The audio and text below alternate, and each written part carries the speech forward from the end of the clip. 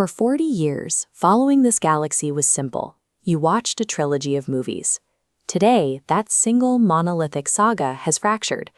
This diagram maps out the current viewing experience. We have shows that jump a decade into the past, intersecting with movies set 30 years in the future, all running simultaneously with spin-offs that happen exactly 6 years after the third movie. If you want to understand why a central character makes a massive life decision, you can't just watch their own show.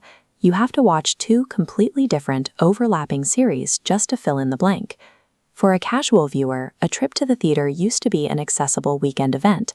Now it operates like a mandatory homework assignment, requiring dozens of hours of prerequisite viewing. To find out how the timeline got so messy, we have to look back at the corporate mandate under previous leadership. The goal was to build a streaming platform by requiring a perpetual, infinite pipeline of content. The studio was tasked with driving monthly platform subscriptions at all costs. That meant fast-tracking series without scripts, announcing trilogies that didn't have writers, and rushing productions to meet targets. Pushing raw volume over tightly written stories had consequences. It fractured the audience, burned through the built-up goodwill of the fans, and created a financial bubble that eventually popped.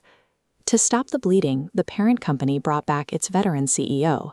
His immediate directive was to shut off the infinite pipeline of streaming cash. He slashed exorbitant television budgets, some of which were topping $200 million a season, and canceled sprawling, expensive series before they even went into production.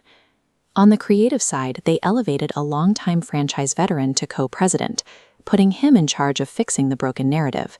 His strategy is to take all these disconnected television threads and force them to converge. Instead of sprawling outward into endless spin-offs, the storylines will funnel back together into focused theatrical events. Moving back to the big screen serves two distinct purposes.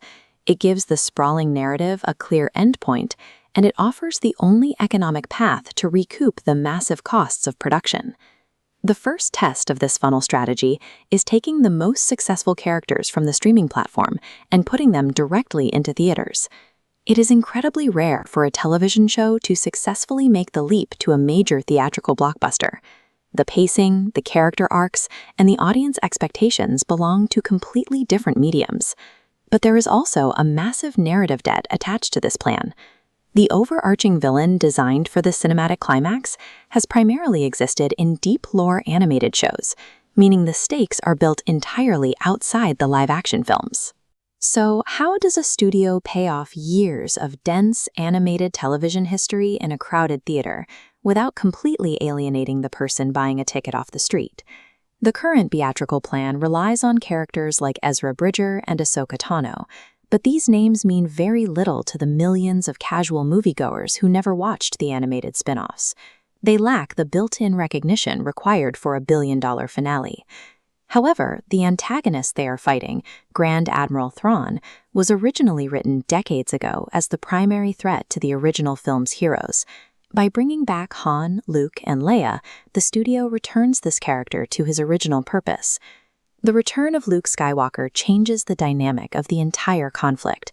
Instead of introducing a new hero that the audience has to learn to care about, the film utilizes the one Jedi that every person in the theater already understands. When the hero of the original trilogy steps into the path of this new Imperial threat, the complex backstory of the television shows falls away. The conflict is no longer about deep lore animated history. It becomes the direct continuation of the story that started in 1977. Reintroducing the final member of the core trio completes the set, providing the emotional weight that a massive theatrical event requires. This diagram demonstrates the funnel. Dozens of isolated television arcs compress into one unified timeline, anchored by three foundational pillars. Instead of reconciling minor errors across shows, it consolidates history into one primary narrative path, leading directly towards the sequel era. To survive the hangover of the streaming wars, the franchise has to stop expanding outward. It has to pull back, abandon the greed of endless spin-offs, and let its most recognizable characters lead the audience back into the theater.